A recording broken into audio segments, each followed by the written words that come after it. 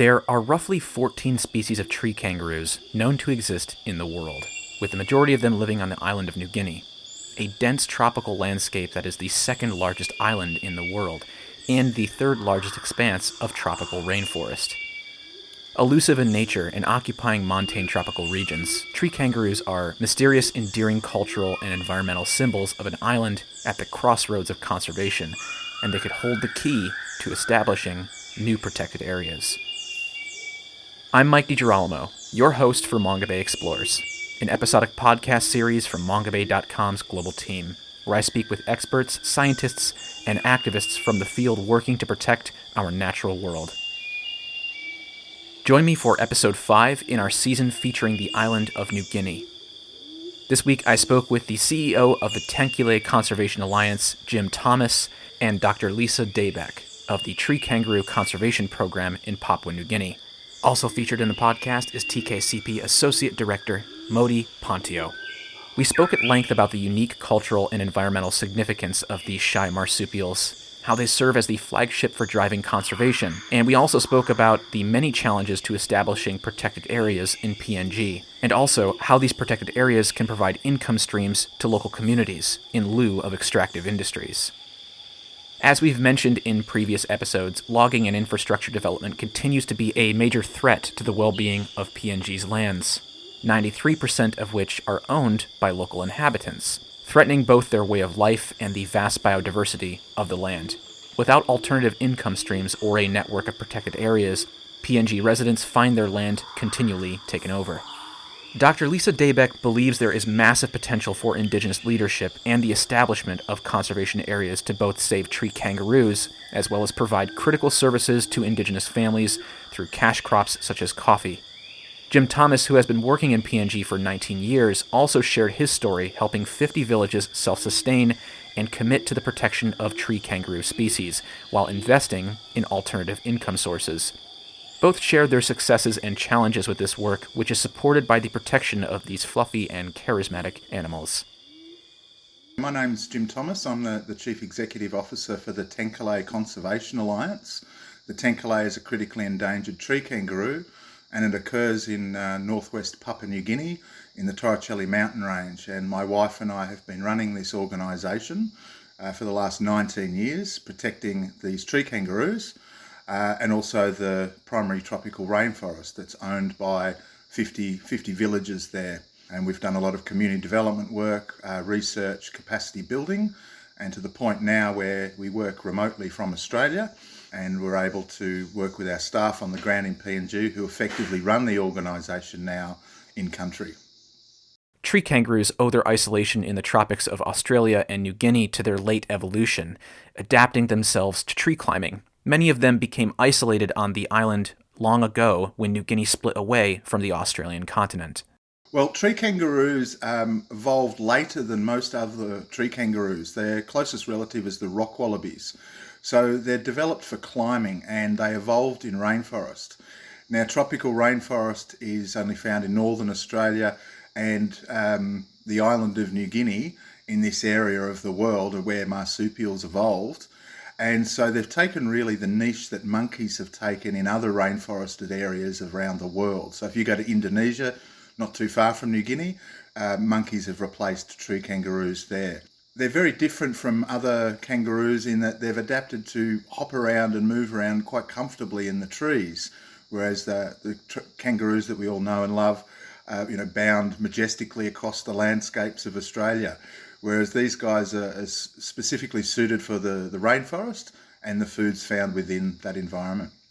New Guinea was once connected to Australia via a land bridge up until about 10,000 years ago that stretched across what is now known as the Torres Strait, which is 94 miles at its narrowest point. Once the island was separated, it is believed most species of tree kangaroos evolved here.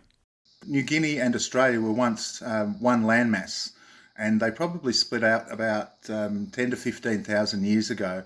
And the evolution of tree kangaroos is believed to have started in Australia and then they moved north into New Guinea. And then once New Guinea moved from Australia and became its own island, those species evolved more so in New Guinea than in Australia. In Australia, there's only 2 species of tree kangaroo, and in New Guinea, there's 12 species. We believe that there's at least 8 species in Papua New Guinea, and where we work in the Torricelli mountain range, there are 3 different species, so the only place where 3 species coexist. Traditionally only 76 centimeters or 30 inches tall and weighing in at 14.5 kilograms or 32 pounds, these docile-seeming marsupials are among the most intelligent. They are even able to walk on 2 feet the same way humans can. Tree kangaroos are considered the most intelligent of all of the marsupials. Their brains are bigger than other kangaroos, other macropods. They're the only type of kangaroo, only species of macropod, that can lift their arms above their heads like koalas. All other kangaroos, rock wallabies, other wallabies, paddymellons, can only have their feet in front of them for moving in front, whereas the tree kangaroos, they can lift their arms right above their heads. So that makes them quite different looking from the others. And they're also able to walk bipedally, so they can walk like you and I, whereas all other macropods, they all hop. The only time they will use their feet independently is when they're in water to swim, whereas tree kangaroos can do it on land and in water and will do so readily. You can see a tree kangaroo hop, and then you can see a tree kangaroo walk, all in the space of 30 seconds. So that's what makes them different from other kangaroos. Jim says that where he works in the Torricelli mountain range, there are ancestral stories where locals describe being evolved from the Tenkile, a critically endangered tree kangaroo. But other than their cultural significance, tree kangaroos, like many mammals and birds, are key seed dispersers for the trees and plants in these montane regions. Well, culturally, in most areas of New Guinea, there's ancestral stories to the tree kangaroo. So the Torricelli Mountains, where we are working and are protecting, there are ancestral stories of the Tenkile tree kangaroo where people believe that they actually evolved from tree kangaroos. They are Tenkile in effect. Tree kangaroos are highly significant for the rainforest. They're incredible seed dispersers. They're responsible for moving around different seed species of the rainforest and helping to keep the rainforest healthy. I turned to Dr. Lisa Dabek, head of the Tree Kangaroo Conservation Program, for her take on what makes these marsupials so important, and she noted that among their environmental and cultural relevance, tree kangaroos are the flagship of forest conservation in PNG. My name is Lisa Dabek, and I am the founder and director of the Tree Kangaroo Conservation Program in Papua New Guinea. I'm also the senior conservation scientist at Woodland Park Zoo, where part of our program is based in the U.S. Tree kangaroos are so important in New Guinea because they serve as a flagship for rainforest conservation, and particularly and especially with the species I study for cloud forests. And Papua New Guinea has one of the largest cloud forests left in the world. Tree kangaroos are very important to the local people, both for hunting them for meat. They're the largest mammal that they find. They are the largest endemic mammal, and they're also very culturally important to the local communities. So tree kangaroos, you often see, tails as headdresses, or the whole pelt being worn in sing-sings or celebrations. And there's so many stories and dances and songs about tree kangaroos. But for conservation, tree kangaroos really are the flagship for forest conservation. And as Lisa mentions, when you set your eyes on a tree kangaroo, it's quite difficult not to fall in love with them. Sporting a fluffy coat and sometimes stripes, these endearing tree-hopping marsupials capture the eyes and hearts of people across the globe. I asked Lisa to describe to me if she felt there was any species in particular that was the most striking. Well, I would have to say the Matchies or Huon tree kangaroo it's a gorgeous animal, and if you look at it, people say once they see them and they're introduced to them, they fall in love with them. The plush fur, it's this rich cinnamon color, reddish brown color, and the long tail, absolutely gorgeous. The Goodfellows tree kangaroo has the beautiful striping on the tail. I also love the Doria's tree kangaroo, which looks like a little bear. It's brown in color, very different kind of body shape. There's the grizzled tree kangaroo, which looks the most like a regular terrestrial kangaroo, sort of longer limbs, and it spends more time on the ground, and it's gray in color. So I would say that most of the tree kangaroo species are special and beautiful in their own way. The Matschie's or Huon tree kangaroo is the kangaroo species that are in the AZA, or Association of Zoos and Aquariums in North America. That's what we have in our zoos. And so they become the ambassadors for the tree kangaroos in Papua New Guinea. Tree kangaroos are notably hard to study, and just to illustrate how elusive these ghosts of the rainforest can be, the Wandawoi tree kangaroo vanished from the scientific community for 90 years until it was rediscovered again in 2018 in West Papua, highlighting the fact that there could be other species out there yet to be discovered. So it was very exciting when this tree kangaroo was, quote, rediscovered. Of course, the local people knew about it. But I think that tree kangaroos are a little-known genus, actually, and I've been studying them since the 1980s, and still there is very little known about all of the species that exist. And my dream is that someone will look at all of the species of tree kangaroos across the island of New Guinea. I do believe that there's a great chance that there might be another species out there to be discovered. And it's so hard to study them because they're so elusive. We call them the ghosts of the rainforest, that we need more people studying them, but it's not easy. It's very difficult to study them in the wild. But I think there is a lot of room for still uncovering all of the species. Right now, there are 14 recognized species between Australia and the island of New Guinea. When I first started studying tree kangaroos, there were 10 that were recognized, and through genetic studies, splitting some of the species and subspecies. But I think there's still so much for us to learn, and what that means is that there are more flagship species to then protect rainforests across the island of New Guinea. And their habitats are just as uniquely sparse and magical as tree kangaroos themselves. Cloud forests, increasingly rare high-elevation montane tropical rainforests, approaching heights of between 941 meters or 3,000 feet and 2,438 meters or 8,000 feet, are where you find tree kangaroos. Currently, only 1% of global woodland is estimated to be cloud forest. Cloud forests are the high elevation rainforests, and they're very wet, as you can imagine. Cloud forest, fully, usually cloud covered, lots of rain, and it really hosts such incredible diversity of plant life. It's moss forests and the ferns and so on, and it also hosts a lot of wildlife species like tree kangaroos. And they're not found everywhere in the world. It's different from just saying rainforests. So cloud forests are a very special kind of rainforest, and Papua New Guinea has incredible cloud forests still left.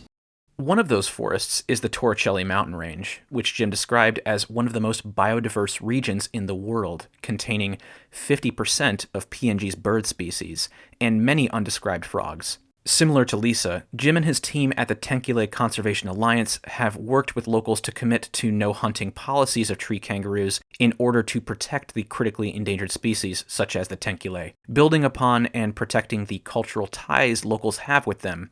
Jim works with 50 different villages in total. So the Torricelli mountain range is one of the most biodiverse regions in the world. New Guinea has up to 10% of the world's biodiversity, and it's just got an incredible number of species of birds, mammals, reptiles and frogs, many of which are still undescribed. So in the Torricellis, for example, there are a number of frog species that still are unknown to science, and we're trying to work with different frog scientists to improve on that. The tree kangaroos themselves in the Torricellis, two of them are critically endangered. The Tenkile and the Waimang have been hunted to the brink of extinction, and the third species, the grizzled, is also vulnerable and is under threat by people killing them and eating them. So what we've done effectively is to come in and ask everyone not to hunt those animals, and in return we've built up the capacity of the local people and got them to reconnect with culture and all of their ancestral stories and the importance of keeping these animals in existence and not just a picture in a book. And that really has resonated well with the people on the ground there when we say to them, it's no good if this animal just becomes a story in a book. You need to see it, your children need to see it. And that has really helped to protect the animals and help the people to maintain a hunting moratorium on tree kangaroos. So all of our 50 villages have signed agreements and do so every 2 years to not hunt the three species of tree kangaroos. Modi Pontio, Associate Director of the Tree Kangaroo Conservation Program in PNG, elaborated to me on the status that hunting tree kangaroos brings, as well as the role it has played in livelihoods. If a hunter goes out hunting and comes back with a tree kangaroo, he's regarded a very good hunter. So it's status. It brings status to somebody in their own culture. In some places, it's equivalent to kasuari. The tree kangaroo, much of the fur is used for dressing, and the skin, the tail, they use it to cover the kundu drum, the drum that they used to beat for sinsins. It's also used for exchange. So if when the people in the mountains want to eat fish, they would hunt tree kangaroos and exchange that with their neighbors along the coast for fish. So it plays an important role in the community livelihood. But the knock-on effect of conservation in the Torricellis isn't just important for tree kangaroos, but a significant chunk of all bird and mammal species in PNG, many of which reside there. And Jim and his team, along with other NGOs, have long been working to have the range declared and gazetted, which in government terms is a legal declaration of the region as a protected area. And when they're doing that, they're protecting their land from hunting of all of the species. Now, the Torricellis has the tree kangaroos as flagship species. They're the largest native mammal species. But you've got a lot of other endemics there as well, such as the black-spotted cuscus, the northern glider. There's many other unique species there that we're finding out. There's birds of paradise there. There's the masked bowerbird, which we only recently got a camera trap shot of. And in terms of the biodiversity, the Torricellis has more than 50% of Papua New Guinea and New Guinea's bird species. So we've got nearly 400 species of birds just in and around the Torricellis themselves. The mammals that are there represent greater than 40% of PNG's mammals, and a number of them are critically endangered. So the Tenkile, the Waimang tree kangaroos, both critically endangered, black-spotted cuscus, and the northern glider are also critically endangered. And it's possible that the Sir David Attenborough's long-beaked echidna still exists there. We're still trying to find evidence of that, although many people believe that they've seen it. And one of my staff members remembers catching one with his father some 40 years ago. And the reptiles there are also pretty significant. Green tree pythons, the world's longest lizard, the Salvador's monitor, is also found there. We've been able to prove that species' existence from camera trapping. And of course, the insects, the butterflies there are just spectacular. And we need to find more about that taxa as well. So there's a lot of species that are unique and special to this primary tropical rainforest in this very incredibly biodiverse region of the world. And as such, different organisations have recognised the Torricellis as a key biodiversity areas. So the Torricellis is actually established as 2 KBAs, key biodiversity areas, by IUCN and Conservation International. And now we're and have been working for a number of years with the PNG government to have it legislated as a conservation area in Papua New Guinea. Using the tree kangaroo as the flagship for the TCA, Jim and his wife, Jean Thomas, ran a very successful conservation and community development effort over the past 10 years, to the point that the Tenkile now has been seen in areas where it previously wasn't, and solar power installations and water tanks populate villages, and locals are self-sustaining and implementing projects on their own. So when we first started back in 2003, we got the villagers to sign agreements not to hunt the tree kangaroos. And we said, okay, if you don't hunt these animals and they recover, we're going to have a better chance of getting funding from granting bodies to help protect your area, find out more about it, provide employment and community development projects. And that has really, I guess, been successful in that people haven't hunted the animals. We're now seeing them in areas that people haven't seen in living memory. We now have to consider expanding the project because the Tenkile has been found in areas that we didn't know it was found previously. So it's found in village land that isn't part of the program yet, but now we need to include them now that the species is being found there. And that has led the organisation to become better at writing grants and delivering projects. And through the belief of the people in their animals and the organisation, they've been able to complete projects such as install water tanks at their villages, put tin roofing on their houses, and most recently install solar units at each of the houses within our 50 villages. So that's really how we've built on, starting with the tree kangaroos as a flagship for protection, and then that's evolved into the organisation being able to become successful at grants and the stakeholders themselves being very good at implementing projects and increasing their capacity and their confidence and their belief in themselves and the importance of their natural resources to be protected, to such a point now that my wife and I don't need to be on the ground. People can do that themselves. So it's really has grown and evolved into a very successful in situ conservation program. Jim explained how their community development initiatives helped provide opportunities for locals to invest in alternative income streams such as vanilla, cocoa, or managing their own small businesses. Ecotourism hasn't yet made its way to PNG like it has in Indonesian New Guinea. For the time being, Jim says it needs more backing and political will to take shape.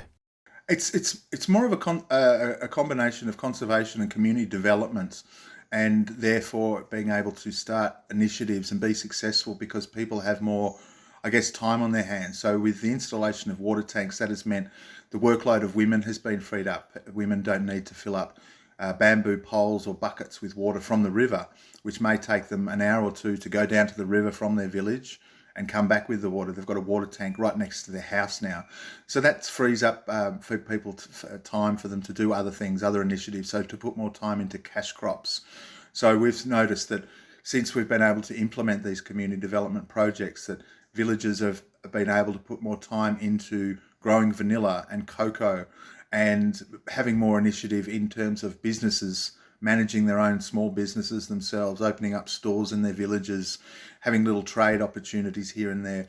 Ecotourism is still very much in its infancy stage in Papua New Guinea. There's a lot of potential, but it really hasn't been realised. And until there's a greater political will by the government in Papua New Guinea to embrace ecotourism, it's going to be limited into how much is going to hit the ground, I guess, because in our experience of 19 years working in PNG, very few tourists have come into the Torricellis, and most of them have been through us, through friends, different partners that work with us, so forth. So the ecotourism side of things really needs a lot of work before it can be considered an effective business in this area of PNG.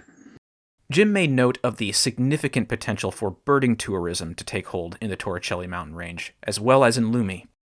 Yeah, you're right. The birds of paradise, of which there are at least 7 species in the Torricellis.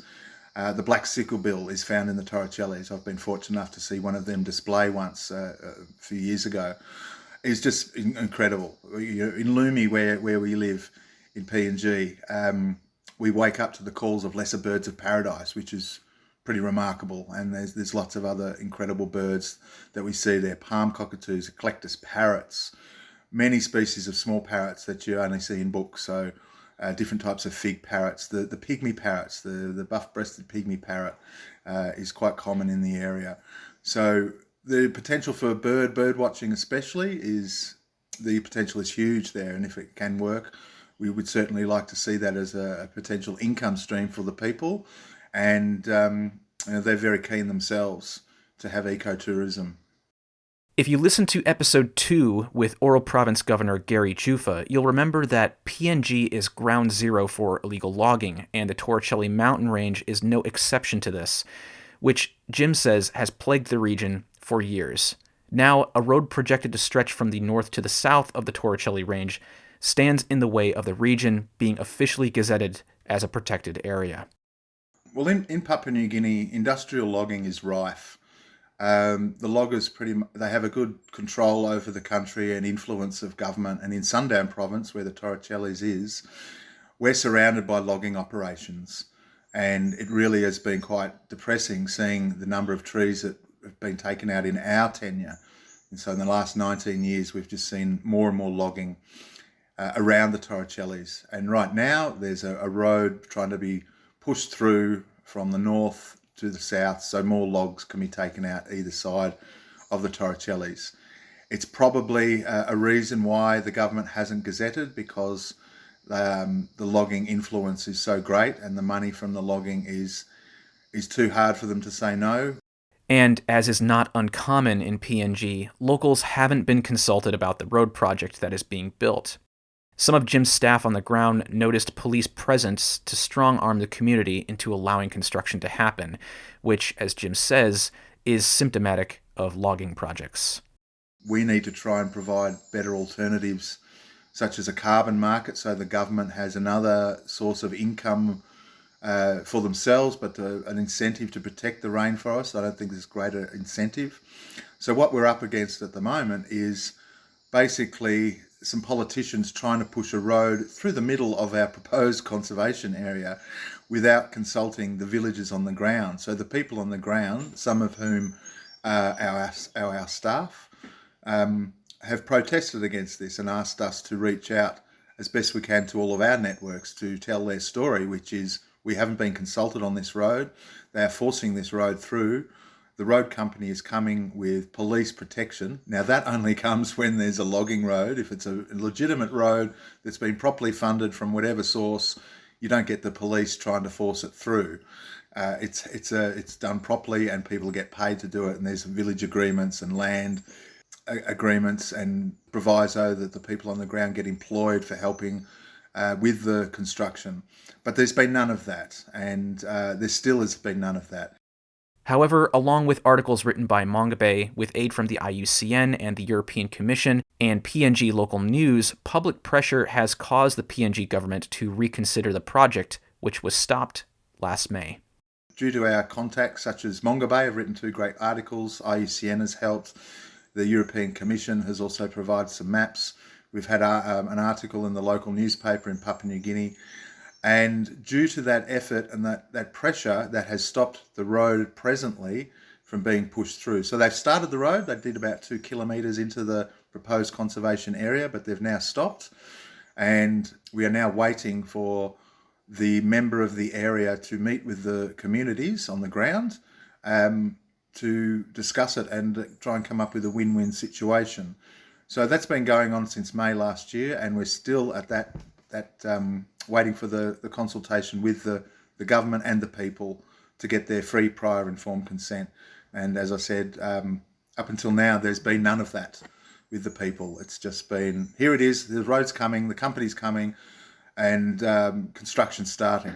And this is what we're up against. So we're hopeful that a good result will happen. I don't know what's going to happen at this point. It is an election year, so there is potential to have the right things done. There is already an existing road that could just be upgraded, and we're hoping that will be the case, and there's no further an additional road pushed through to facilitate logging, which is essentially what it's for. Papua New Guinea is going through its 10th national election this year in 2022, and along with the Prime Minister, every district head in PNG is contested, including the governor of the Sundown Province.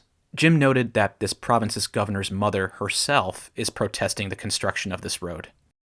In the Torricellis, we work with 3 districts within 2 provinces, and all of those seats are up for election now. So the member for Aitape Lumi, his seat's up for grabs. So we've got all of the politicking in the Aitape Lumi district. I think there's about 8 candidates.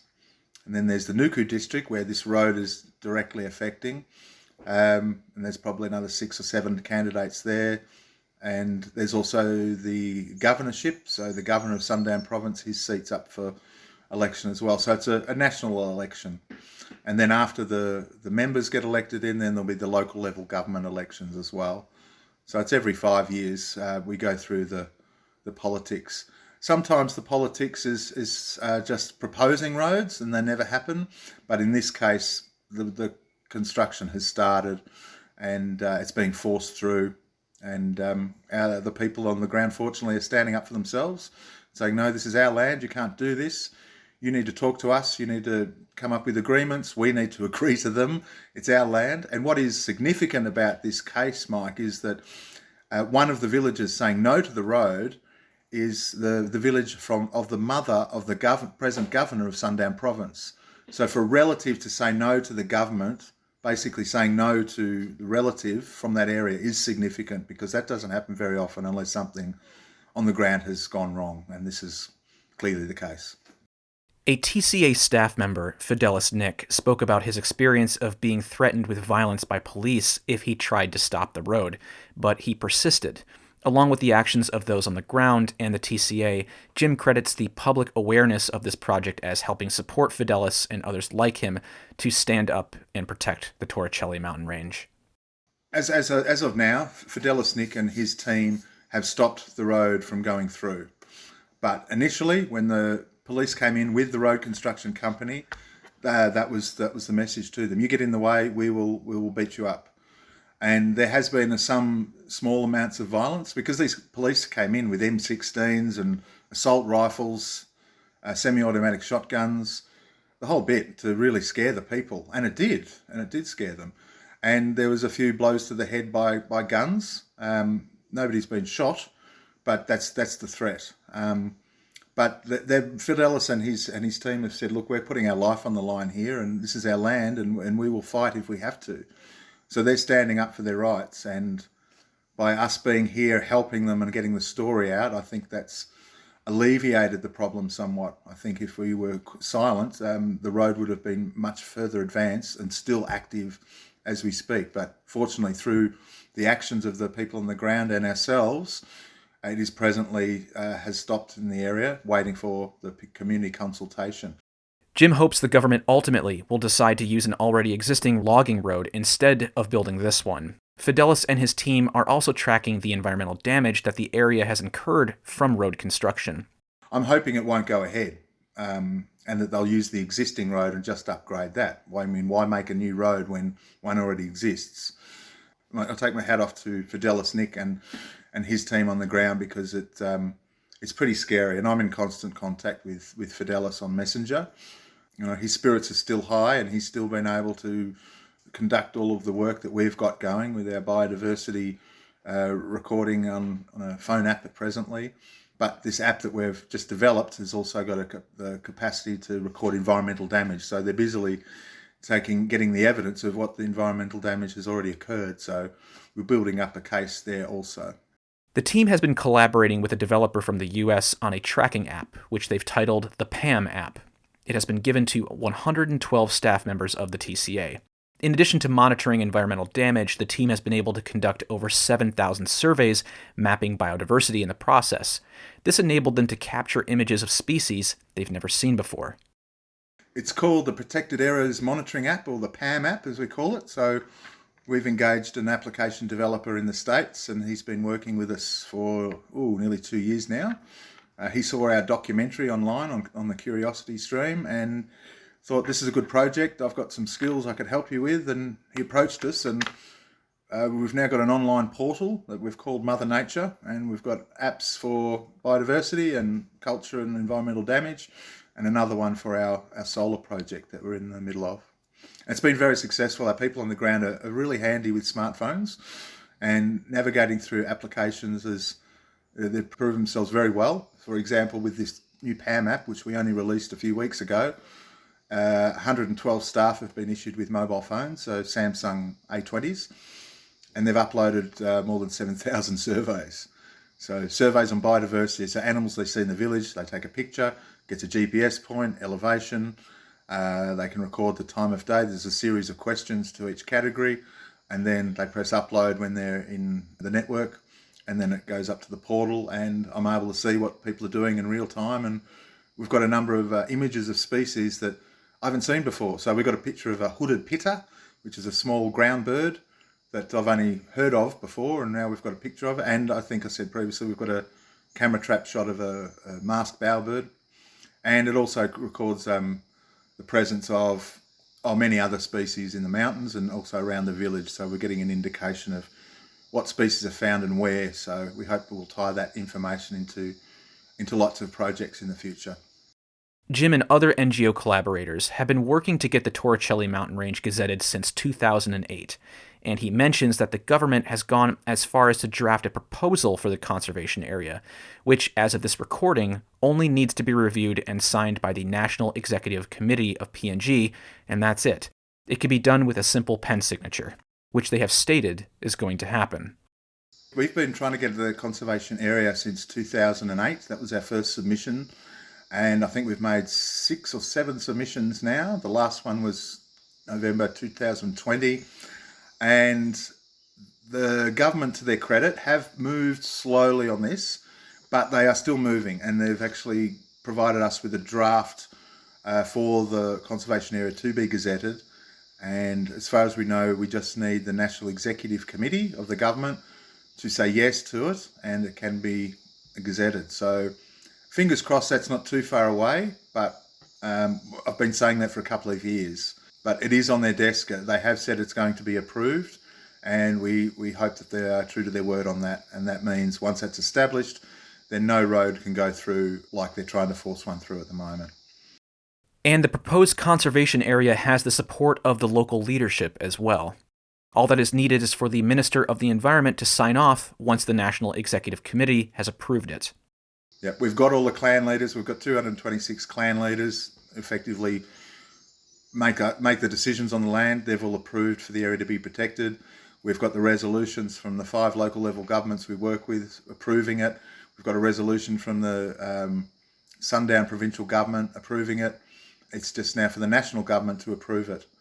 So that's where we're at. And yes, that's right. The final flourish is the Minister for the Environment signing off in conjunction with approval from the National Executive Committee, and it can be a gazetted protected area in Papua New Guinea. Lisa elaborated on the Torricelli mountain range, describing its challenges, which have been exacerbated by the lengthy process of formulating and approving a National Protected Areas Bill for PNG. This bill was finalized early this year and awaits approval from the Parliament, which would streamline and strengthen PNG's ability to establish these areas. Over the past decade, the country has faltered on creating several other areas after the use conservation area was gazetted. It's an incredibly special place, and the Tenkile is a special, and highly endangered species of tree kangaroo. Tenkile and the Tree Kangaroo Conservation Program were both part of a GEF grant, a Global Environment Facility grant through the United Nations Development Program for 5 years. And during that time, they were applying to have a conservation area created. And unfortunately, this road plan, has been this huge challenge. It's really tough, and I've been in contact, with Jim and Tenkile. I think that we are always working with the national government, and right now for us, the USAID and the US Embassy and all the levels of government. And there is something called the Protected Areas Policy that was enacted, and they're working towards getting a bill, the Protected Areas Bill, passed in Parliament. One of the things that we think is really important is to really firm up that Protected Areas Bill and that policy so it can strengthen the ability for conservation areas to be created. And so I think the Torricelli, that conservation area has gotten caught in the quagmire, because money speaks, and these huge development projects like roads or mining or logging have so much influence. And so one of the things that the group of NGOs that work in conservation in Papua New Guinea, we are all trying to do our best to support and strengthen the policies and the laws around protected areas. And I think that will help with situations like the conservation area in the Torricellis. This is not an uncommon situation I've seen, over the 25 years that I've been there, where you get very close to creating a protected area and then something like this happens. When the use conservation area was gazetted in 2009, the plan was for over the next 5 years to have 5 more conservation areas. And in those 5 years, no more happens. So there's only one other true conservation area that has been declared since 2009. So it's very slow, and people have to be very patient, and it's actually quite expensive. The investment of these NGOs and grants. So it's a challenging place. People say Papua New Guinea is one of the hardest places to achieve conservation successes. Instances like the Torricelli mountain range demonstrate why flagship marsupials like the tree kangaroos are so vital to the forward momentum of conservation. As Jim notes, protecting tree kangaroos is ultimately about protecting New Guinea's rainforests. To protect tree kangaroos is protecting rainforests. So all tree kangaroos are found in tropical rainforest. So you can look up the Tenkile website, www.tenkile.com, and see how you can help us. We take donations and sponsorship from all around the world. We have an online store in which we're selling a black-spotted cuscus toy, and we hope to expand that to a Tenkile and a Waimang plush toy as well. You can become a regular donor. The more you're able to contribute, the more we're able to do. We're effectively protecting 185,000 hectares of primary tropical rainforest, which is nearly 1% of the landmass of PNG, and very biodiverse area. However, working in PNG hasn't always been easy, and Jim says working in an area that isn't officially protected has opened him up as a target. He hasn't returned to PNG since 2019, and he says he won't return until the Torricelli mountain range is officially gazetted. I spent 17 years on the ground, and I got to the point where the corruption and the logging and the threats that I've received as a conservationist got to the point where it's like, well, I don't want to become another Dian Fossey. I'm nearly 53. Dian Fossey was 53 when she was macheted to death in the Congo for protecting mountain gorillas. I don't want to be another Dian. And so I'm quite scared of going back in there due to the logging and the threats that I have. And in 2019, when I was last in country, I was visiting the hotel that we always stay in Wewak, which is just, the port before we get to Lumi and the Torricellis. And I was in the foyer. Everyone knows me there from the hotel. And they said, "Hi, Jim, how you going at Tenkile?" And we had a good 15 people who were loggers in that foyer, all talking in Cantonese or Mandarin. And they all stopped speaking immediately, and all of their eyes went on me. And it was a really scary moment for them. I went, wow, I'm a target here because I'm protecting this rainforest. And these buggers over here, they want to take it down. And I'm in their way.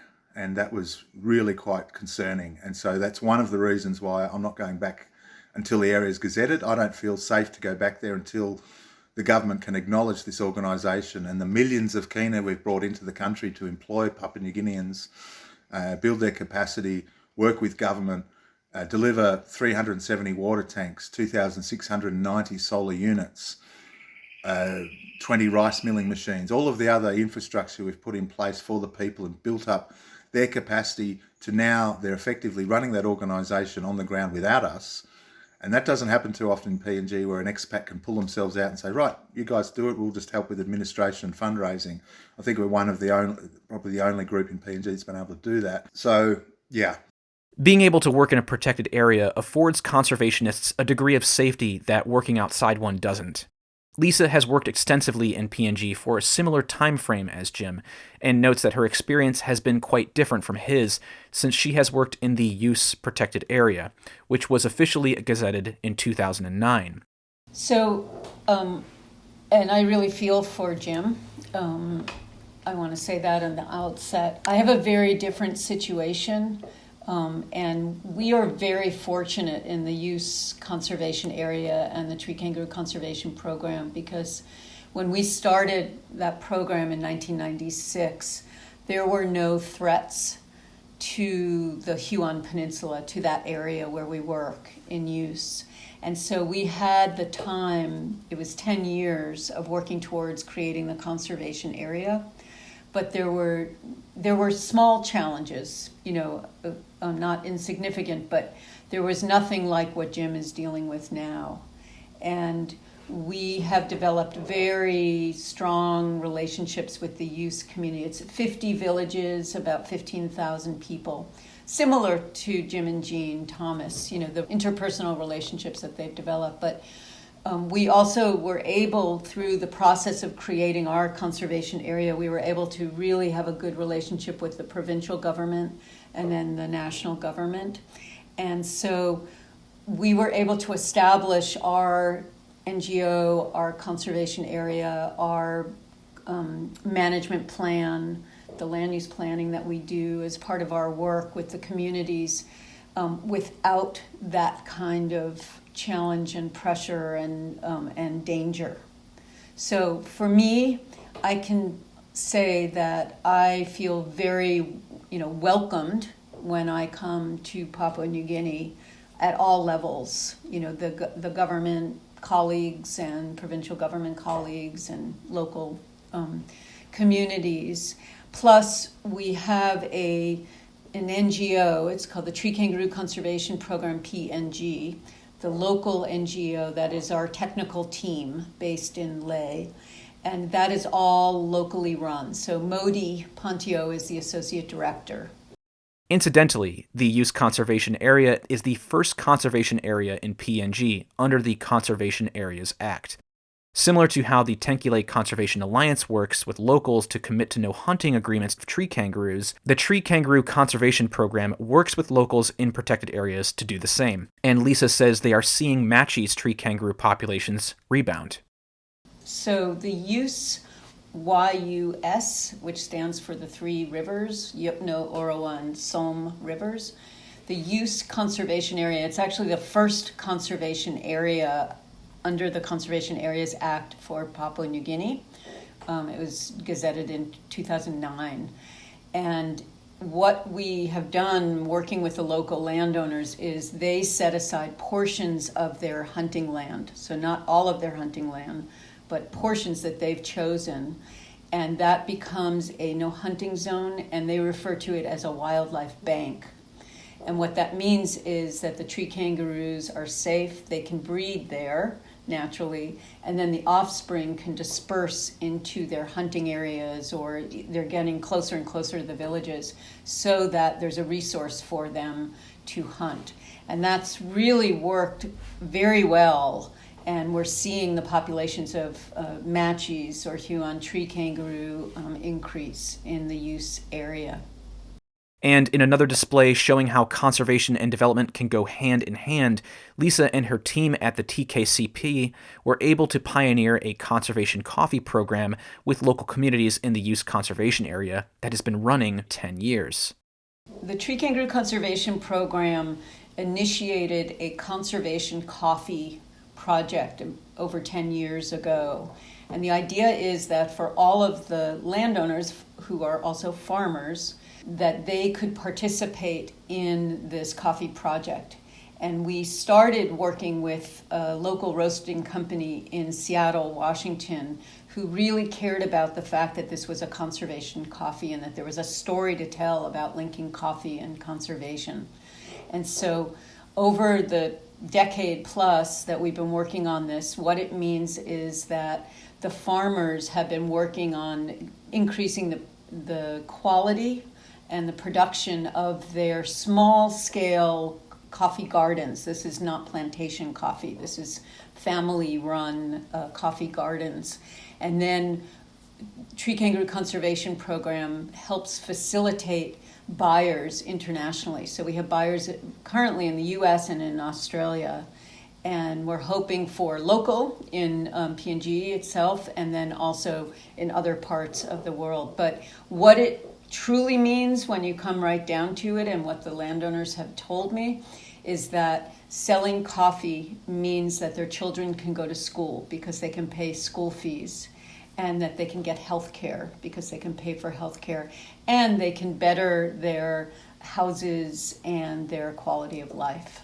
Modi Pontio elaborated on this success, crediting support from the Woodland Park Zoo. The reason the youth conservation area has been so successful, I think, is because of the support that we get from outside, and mainly from the Woodland Park Zoo. How they've helped us to respond to communities' expectations, how they've supported us in ensuring that the communities are also taken care of along the way. Yeah. While we are protecting the animals, we are also taking care of communities' livelihood. And they've been very helpful, especially in helping to build the coffee project. It is one of the few areas where we bring out coffee from a very rural area and have it exported. And the results, sales from that comes back and goes back into the pockets of the village farmers, which is really helpful for communities. She stressed that linking income streams with conservation is essential to moving conservation forward.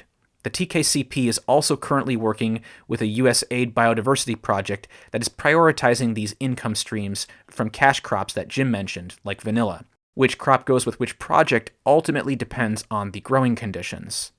I think it is so important and essential to link livelihoods with conservation, because you cannot ask local communities to be stewards of their forests and their wildlife without giving them opportunities to have a quality of life for themselves, their families, and their communities.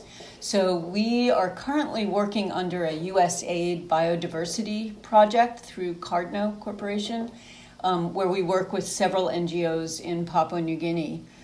And we are looking at coffee, we're also looking at cocoa, we're looking at honey, and we're looking at vanilla as options. And depending on where, because coffee is more of a high elevation product, there are a lot of opportunities for linking livelihoods to conservation projects. And that is one of the things that this USAID Biodiversity Project is trying to do. And if you listen to our episode on carbon markets, you'll also note the complicated situation surrounding the viability of these, which Governor Gary Jufa of the Oral Province says could work if they are priced correctly and locals receive a fair cut of the share. Jim believes they hold promise for giving the government and locals an alternative income source. He also thinks there should be a worldwide moratorium on further logging. Because it is effectively the lungs of the planet, and tropical rainforest produce up to 40% of the world's oxygen. And in New Guinea, which is the third largest tropical rainforest, where the area is helping the whole planet survive. And with climate change and all of everything else that's happening in the world, these rainforests are more important now than they ever were. And we need to stop the logging and provide alternatives to the government and really take serious the carbon projects that are there, the initiative that has been developed, and to take a chance and say, right, let's say no to logging, let's put a moratorium on it worldwide, and let's look at the carbon market and see if we can generate a greater income, because I believe we can. And it's, rainforest is better in the ground than out. Take out a rainforest, it's a one-time payment, you keep it growing. We should be able to have enough investment to keep the people on the ground happy, the government's coffers are full to do what they're supposed to be doing, and the planet can start recovering. We need to make that switch worldwide. But when I asked Lisa what conservation needs now more than ever, she mentioned, above all, Indigenous leadership and empowering locals with the tools to manage and protect their land needs to be prioritized, pointing to the example of locals in the use conservation area engaged in land use planning. One question that I think is becoming increasingly important in conservation is the role of Indigenous leaders in conservation. And I think it's especially true for Papua New Guinea because of the land tenure system, and that we are always working with the local communities. So I guess the question is, how do we address local leadership? And I think in Papua New Guinea, more and more, it is not outside international NGOs coming in with, quote, the answers and creating, protected areas that then fail. But I think more and more it needs to be supporting and providing the tools and the resources for the local technical team and community members to really be able to do land use planning and to really make those decisions to create a sustainable, protected area. We actually, in 2020, we re-gazetted the use conservation area at a landscape level, which means that the entire landscape, which includes the agriculture areas, the villages, the hunting areas, and the protected area, is part of the conservation area. And then the communities do land use planning to determine, priority conservation activities and priority development activities. And so I think what I would want people to know is that it is truly possible in Papua New Guinea to do Indigenous-led conservation or landowner-led conservation work. I want to thank Jim, Lisa, and Modi Pontio for contributing to this episode. If you're interested in supporting the Tenkile Conservation Alliance, please visit tenkile.com, and for more information on how to support the Tree Kangaroo Conservation Program and Coffee Vita, please visit zoo.org/coffee. Please stay tuned to Mongabay Explores as we continue to uncover the one-of-a-kind species and biodiversity of the island, the challenges and issues that threaten it, and the people, solutions, and organizations working to protect it. The podcast introduction and soundscape are from the Adalbert Mountains in Papua New Guinea. Credit to the communities of Musiamunat, Ivera, and Irawame, the Nature Conservancy, and Zuzana Buravalova. Birds identified are listed in the show notes. Mongabay Explores is an ongoing podcast series diving into environmental stories from around the globe. Be sure to check out the first 4 episodes of this season, which provides an overview of the island's vast biodiversity and history, carbon credit schemes, illegal logging, ecotourism, the birds of paradise, and the Trans-Papua Highway. If you enjoy this show, please tell a friend. That's the best way to help expand our reach and keep growing. Please subscribe to Mongabay Explores wherever you get podcasts. Leave a review and let us know what you think. Special projects like this are made possible by our Patreon supporters, so please consider becoming a monthly sponsor via our Patreon page at patreon.com/Mongabay. Just $1 per month will help us offset the production costs and hosting fees. Keep up with all of Mongabay's news from Nature's Frontline at mongabay.com, or get updates via Twitter, Facebook, Instagram, and also TikTok, where our handle is @Mongabay. Thank you once again, and we'll be back soon with another episode of Mongabay Explores.